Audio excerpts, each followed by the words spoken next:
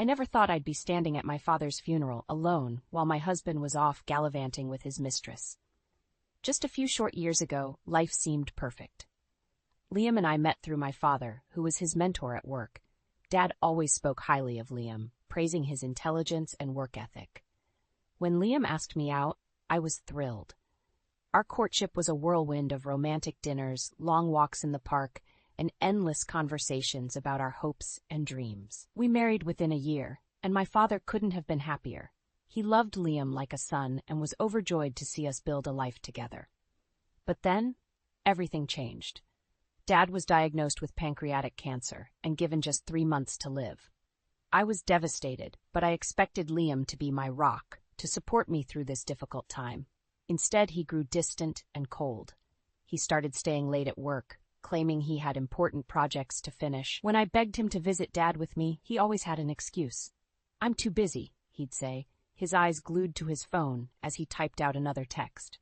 I confided in my best friend Olivia about my marital problems. She listened patiently as I poured out my heart, tears streaming down my face. "I don't know what to do," I sobbed. "Liam is like a different person. He's so selfish and uncaring. It's like he doesn't even love me anymore." Olivia hugged me tightly. "I'm so sorry, Evelyn. You don't deserve this. Have you tried talking to him about how you feel?" I nodded miserably. "Every time I bring it up, he just shuts me down. He says I'm being too emotional, that I need to focus on my job and stop relying on him so much. He even had the nerve to complain about my salary as a teacher, saying I don't contribute enough to our household finances." Olivia's eyes flashed with anger. "That's awful, Evelyn. He has no right to treat you that way, especially not now." Despite my best efforts, Liam remained unmoved. When Dad started an experimental treatment, I hoped it might buy us more time together. I visited him alone, praying that Liam would have a change of heart, and for a brief moment, it seemed like he did. He agreed to visit Dad with me just once. But the entire time, he was glued to his phone, texting someone with a smirk on his face. He barely said 2 words to Dad, who looked so frail and weak in his hospital bed. A few days later, I received the call I'd been dreading. Dad had taken a turn for the worse. I rushed to the hospital, my heart pounding in my chest, but it was too late. He was gone before I arrived, leaving me heartbroken and alone. When I called Liam to tell him the news, he barely reacted. "I'm sorry for your loss," he said flatly, "but I can't make it to the funeral. I have a business trip." I couldn't believe what I was hearing. My father, the man who had been like a second dad to him, was dead, and all he could think about was work. But the final blow came when I was leaving for the funeral. Liam pressed a $1 bill into my hand, a smirk on his face. "For the funeral expenses," he said, before walking away. I stood there, stunned, the crumpled bill in my hand. In that moment, something inside me snapped. I knew I could never forgive him for this ultimate betrayal, and I knew that somehow, some way, I would make him pay. As I stood at my father's graveside, the weight of my grief was almost unbearable. The only thing that kept me standing was the burning anger I felt towards Liam. How could he abandon me like this, in my darkest hour? How could he be so callous, so unfeeling? I barely registered the condolences of the other mourners, their words washing over me like a distant tide. All I could think about was the way Liam had treated me, the way he had betrayed my father's memory. I clutched the $1 bill he had given me, my fingers trembling with rage. After the funeral, I returned home to an empty house. Liam was still away on his business trip, and I couldn't bear the thought of being alone with my thoughts. I called Olivia, my voice shaking as I asked her to come over. When she arrived, I collapsed into her arms, sobbing uncontrollably. "I can't do this anymore," I choked out. "I can't be married to a man who treats me like this." Olivia rubbed my back soothingly. "I know, honey. I'm so sorry you're going through this, but you're not alone. I'm here for you, no matter what." We sat together on the couch, sipping tea and talking for hours. Olivia listened patiently as I poured out my heart, my anger and grief spilling out in equal measure. "I just don't understand how he could be so cruel," I said. "My father loved him like a son, and this is how he repays him?" Olivia's eyes narrowed. "You know, Evelyn, I've been thinking. What if there's more to this than meets the eye? What if Liam is hiding something from you?" I frowned. "Like what?" "Like an affair," Olivia said bluntly. It would explain why he's been so distant, why he's always on his phone, and why he didn't want to visit your dad in the hospital. I felt like I had been punched in the gut. An affair? Could it be true? I thought back to all the late nights at work, the secretive texts, the way Liam had pulled away from me. It all started to make a twisted kind of sense. But how can I know for sure? I asked, my voice trembling. Olivia leaned forward, her eyes glinting with determination. We hire a private investigator. We find out the truth once and for all, and then we make him pay for what he's done to you. I hesitated for a moment, my mind reeling. Did I really want to go down this path? Did I want to stoop to Liam's level to seek revenge? But then I thought of my father, of the way Liam had betrayed him. And I knew that I had no choice. Okay, I said, my voice barely above a whisper. Let's do it. The next few weeks passed in a blur. Olivia and I met with the private investigator, a grizzled ex-cop named Jack. He listened to my story with a sympathetic ear, his eyes hardening as I described Liam's behavior. Don't worry, Mrs. Thompson, he said. We'll get to the bottom of this, and if your husband is cheating on you, we'll catch him red-handed. I tried to go about my life as normally as possible, but it was hard. Every time Liam walked through the door, I felt a surge of anger and betrayal. I couldn't look him in the eye, couldn't bear to be in the same room as him. And still, he seemed oblivious to my pain, lost in his own selfish world. 2 months after my father's funeral, Jack called me with the news I had been dreading. Mrs. Thompson, he said, his voice grave. We have evidence that your husband is having an affair with a coworker named Sophia. I'm sorry to be the one to tell you this, but I thought you should know. I felt like the ground had dropped out from under me. So it was true. Liam had betrayed me in the worst possible way. And now I knew what I had to do. I had to make him pay for what he had done. I had to destroy him, just as he had destroyed me. The evidence of Liam's affair felt like a knife twisting in my gut.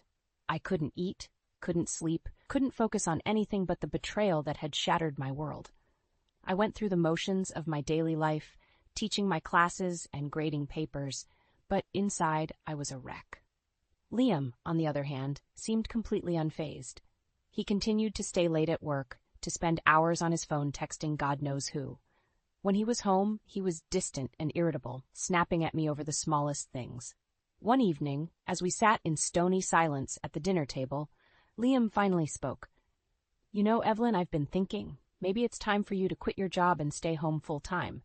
It's not like you're contributing much to our finances anyway.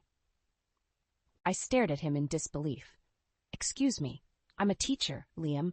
I'm shaping young minds, making a difference in the world, and in case you've forgotten, my salary helps pay our bills.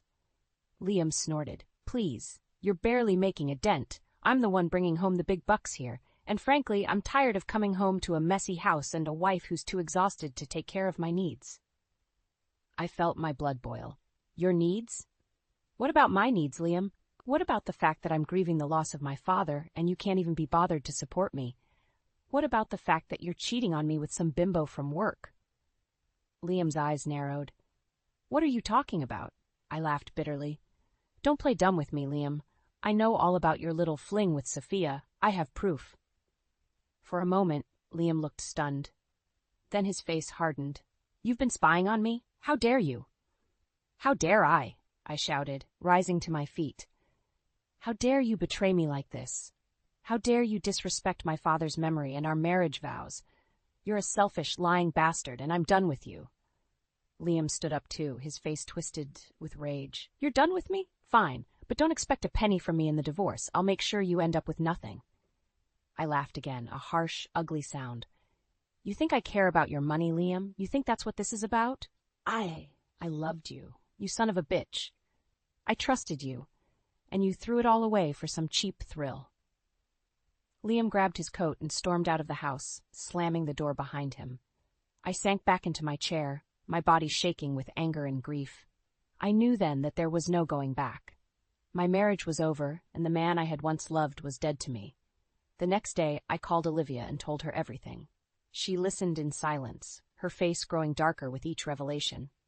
When I finished, she took my hand and squeezed it tightly. Evelyn, I'm so sorry. I can't imagine how much pain you must be in right now. But you're not alone in this. I'm here for you, and I'll support you every step of the way. I nodded, blinking back tears. I know, Liv, and I'm grateful for that. But I need more than just support right now. I need revenge. Olivia's eyes widened. Revenge? What do you mean? I took a deep breath, steeling myself for what I was about to say. I want to destroy Liam. Liv, I want to ruin his life just like he ruined mine. I want to take everything from him and leave him with nothing. Olivia was silent for a long moment. Then she nodded slowly. Okay, if that's what you need to do, then I'm with you. But we have to be smart about this, Evelyn. We can't just go off half-cocked. I nodded, a grim smile spreading across my face. Oh, don't worry. I have a plan, and by the time I'm done, Liam will wish he had never met me. The next few weeks were a blur of hospital visits and hushed conversations with doctors. Dad's experimental treatment had started, but it was taking a toll on his already weakened body. He was in constant pain, and the medication made him groggy and disoriented. I spent every spare moment by his bedside, holding his hand and trying to keep his spirits up. Liam, on the other hand, was nowhere to be seen. He always had an excuse for why he couldn't come to the hospital. A big project at work, a client meeting, a networking event. It was like he couldn't be bothered to support me or my father in our time of need. One evening, as I sat by Dad's bedside, I finally broached the subject with Liam over the phone. Dad's not doing well, I said, my voice trembling. The doctors say the treatment is his last hope. I really need you here with me, Liam. I can't do this alone. There was a long pause on the other end of the line. Then Liam sighed heavily. Evelyn, I'm sorry, but I can't just drop everything and come to the hospital every time you snap your fingers. I have responsibilities at work, and I can't afford to take time off right now.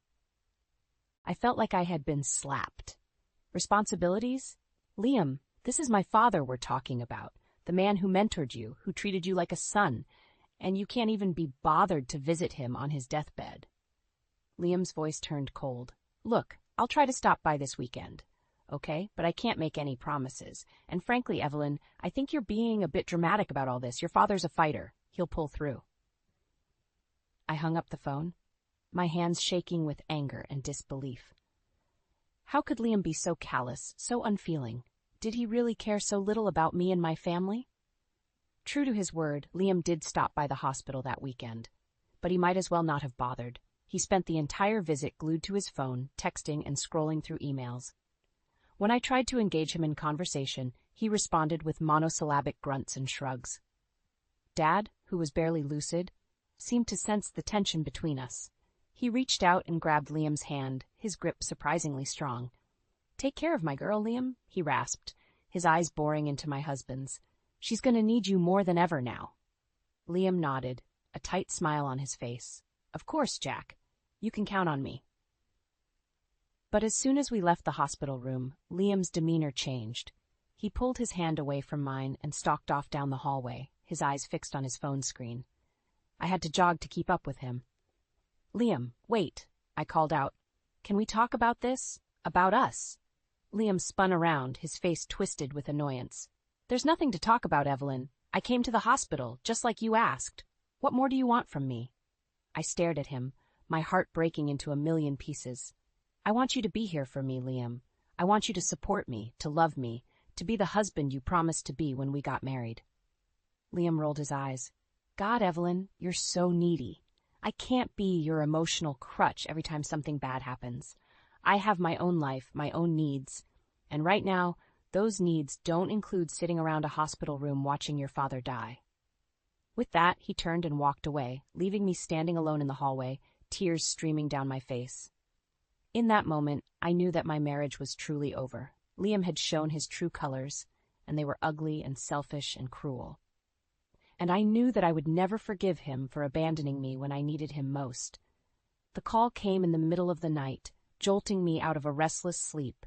It was the hospital, telling me that Dad had taken a turn for the worse, and that I needed to come right away. I stumbled out of bed, my heart pounding in my chest, and raced to the hospital as fast as I could. But I was too late. By the time I arrived, Dad was gone, his body still and lifeless on the hospital bed. I collapsed into the chair beside him, sobbing uncontrollably, my entire world shattered into a million pieces.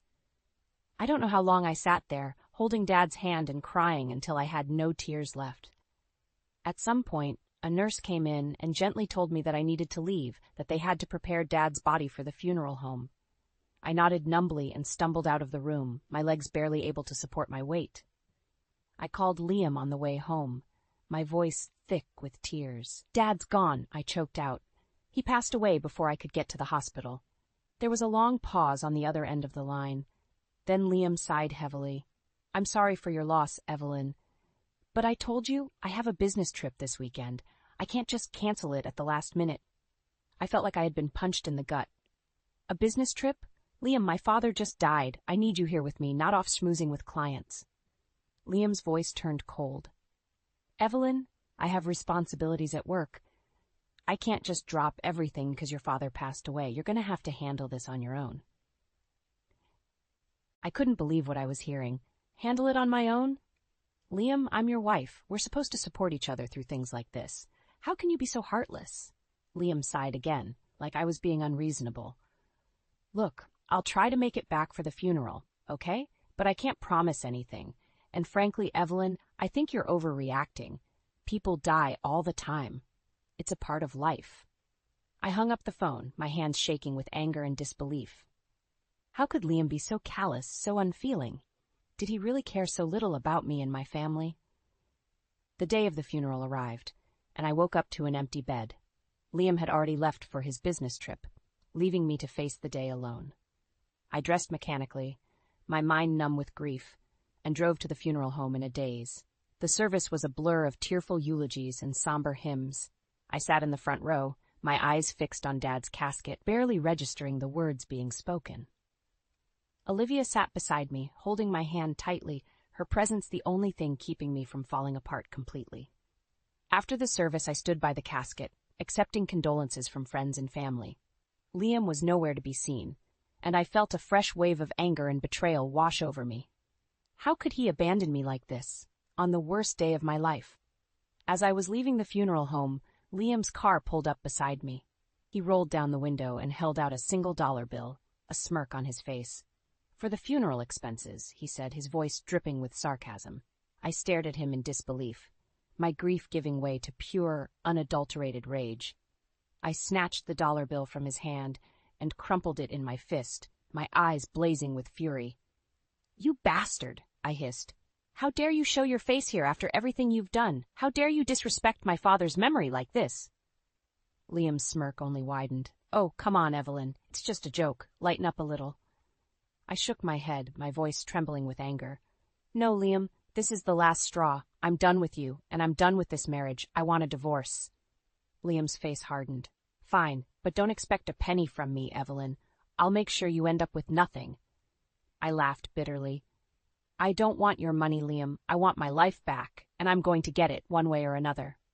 With that, I turned and walked away, the crumpled dollar bill still clenched in my fist. I knew that the road ahead would be hard, but I also knew that I was strong enough to survive it. And I knew that I would make Liam pay for what he had done, no matter what it took. The weeks after Dad's funeral passed in a haze of grief and anger. I went through the motions of my daily life, but inside I was a wreck, consumed by thoughts of Liam's betrayal and my own desire for revenge. I knew that I couldn't let him get away with what he had done, but I didn't know where to start. One evening, as Olivia and I sat on my couch, sipping wine and trying to make sense of everything that had happened, she turned to me with a serious expression on her face. "Evelyn, I've been thinking," she said. "If Liam is really having an affair, we need to find out the truth. We need to hire a private investigator." I stared at her, my heart pounding in my chest. "A private investigator? Liv, I don't know if I can afford that." Olivia shook her head. "Don't worry about the money, Evelyn. I'll help you pay for it. This is important. We need to know what Liam is up to so we can use it against him in the divorce." I hesitated for a moment, then nodded slowly. "Okay, let's do it." The next day, Olivia and I met with Jack, the private investigator she had found. He was a gruff, no-nonsense kind of guy, with a hard face and a piercing gaze.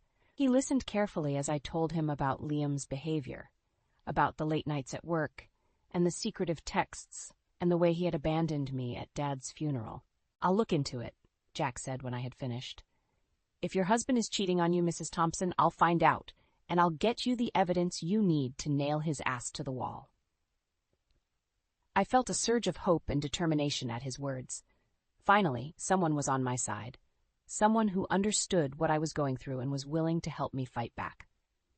For the next 2 months, Jack worked tirelessly on my case, tailing Liam and gathering evidence of his affair.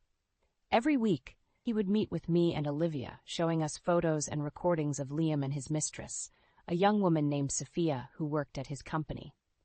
I felt sick to my stomach every time I saw them together, laughing and touching and looking at each other with lust in their eyes.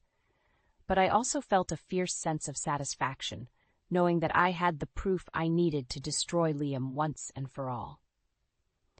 Finally, Jack called me with the news I'd been waiting for.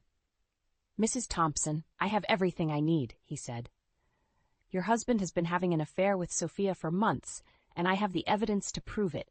It's time to confront him and take him down." I felt a rush of adrenaline at his words. This was it. This was my chance to make Liam pay for what he had done, to take back my life and my dignity. I called Olivia and told her the news, my voice shaking with excitement and nerves. "It's time, Liv," I said. "It's time to take that bastard down." Olivia let out a whoop of joy. "Hell yes, it is. What's the plan?" I took a deep breath, my mind racing with possibilities. And then it hit me. Liam's company was holding their annual gala in 2 weeks, a black tie event where he was set to receive a major award for his work. It was the perfect opportunity to expose him in front of all his colleagues and clients, to humiliate him the way he had humiliated me. "The gala," I said, my voice steady and determined. "We're going to confront him at the gala, in front of everyone. We're going to show them all what a lying, cheating scumbag he really is." Olivia was silent for a moment, then let out a low whistle. "Damn, Evelyn, that's bold. Are you sure you're ready for that?" I nodded, my jaw set with resolve. "I'm ready, Liv. I'm done letting Liam control my life. It's time to take back what's mine and make him pay for what he's done, and I'm going to do it in front of the whole damn world." The day of the gala arrived, and I woke up with a sense of calm determination. This was it. This was the moment I had been waiting for, the chance to finally make Liam pay for what he had done. I spent the morning going over the evidence with Jack and Olivia, making sure we had everything we needed to take Liam down. As I got ready for the event, I couldn't help but feel a sense of nervous excitement. I had bought a stunning red dress for the occasion, one that hugged my curves and made me feel powerful and confident. I did my hair and makeup with care, wanting to look my absolute best when I confronted Liam in front of everyone. When I arrived at the gala, I was struck by the opulence of the event.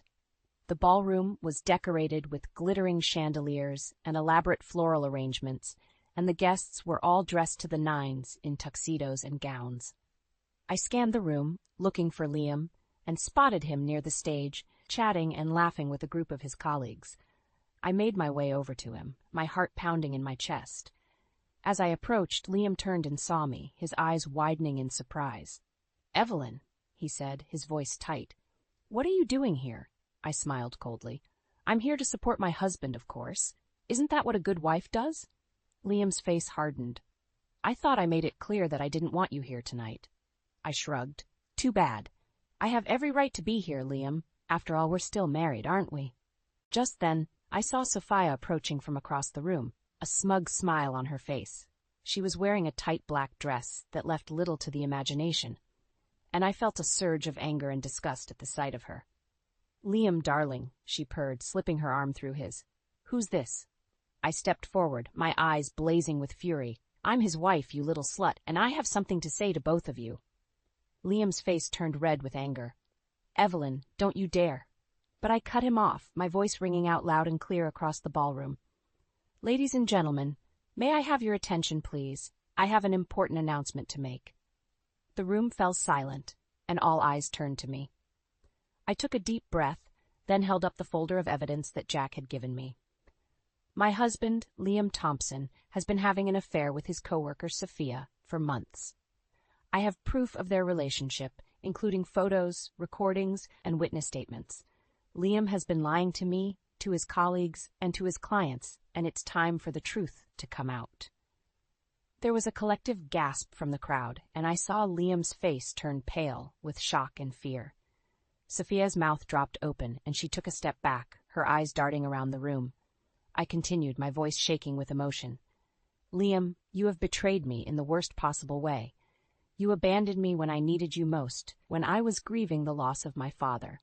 You gave me $1 for his funeral expenses, like it was some kind of sick joke. And all the while you were sleeping with this woman behind my back, making a fool out of me and our marriage. I turned to Sophia, my eyes narrowed with contempt. And you, Sophia, how dare you come between a husband and wife? How dare you steal another woman's man and flaunt it in her face like it's something to be proud of? You're nothing but a homewrecker and a whore. The room erupted into chaos, with people shouting and pointing and whispering to each other. I saw Liam's boss approaching, his face red with anger, and I knew that Liam's career was over. He would be fired, disgraced, and humiliated, just like he deserved. I turned to leave, my head held high, but Liam grabbed my arm, his fingers digging into my skin. You bitch, he hissed. You've ruined everything. I'll make you pay for this, I swear to God. I yanked my arm away, my eyes blazing with triumph. You already have, Liam. You ruined our marriage, our life together. And now I'm going to ruin you. Goodbye, Liam. I hope you rot in hell. And with that, I walked out of the ballroom, feeling like a weight had been lifted off my shoulders. I had done it. I had gotten my revenge, and I had taken back my life. And I knew that no matter what happened next, I would never let anyone hurt me like that again. The fallout from the gala was swift and brutal. Liam was fired from his job the next day, his reputation in tatters. His clients abandoned him, his colleagues shunned him, and his once promising career was reduced to ashes. I watched from a distance as he spiraled into despair, drowning his sorrows in alcohol and self-pity. But I had no sympathy for him. He had brought this on himself, with his lies and his betrayals and his cruelty. He had destroyed our marriage, our life together, and he deserved to suffer the consequences. I filed for divorce the next week, citing irreconcilable differences. Liam didn't even bother to contest it, too broken and defeated to put up a fight. I hired the best divorce attorney in town, determined to get every penny I was entitled to.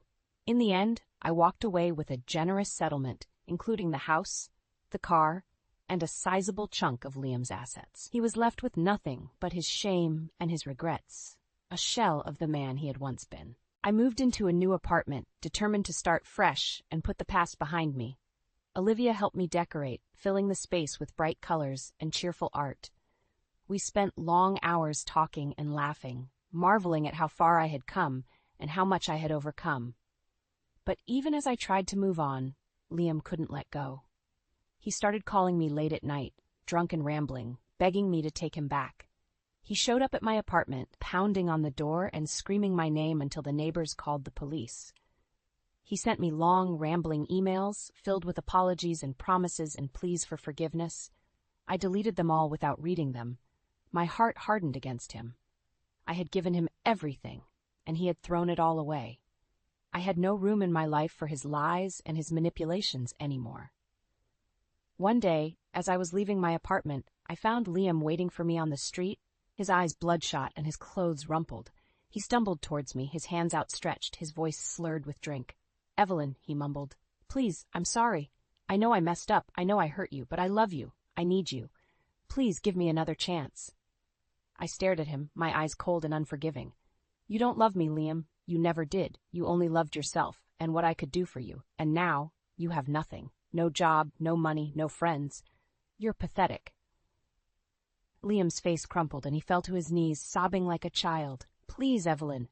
I'll do anything. I'll change. I'll be better. Just don't leave me alone." I shook my head, my voice firm and unyielding. "It's too late, Liam. You had your chance, and you blew it. I'm done with you. I'm moving on, and I'm never looking back." I stepped around him, my head held high, and walked away, leaving him crying on the sidewalk. I felt a sense of peace wash over me, a feeling of closure and resolution. I had faced my demons, and I had won. I was free. Months passed, and I settled into my new life. I focused on my job, my friends, and my own happiness. I started volunteering at a local women's shelter, helping other women who had been through similar struggles. I found a sense of purpose and fulfillment that I had never known before. And then, on the anniversary of my father's death, I visited his grave, a bouquet of flowers in my hand. I knelt down beside the headstone, my fingers tracing the letters of his name. "I did it, Dad," I whispered. "I got justice for you. I got justice for myself. And I'm going to be okay.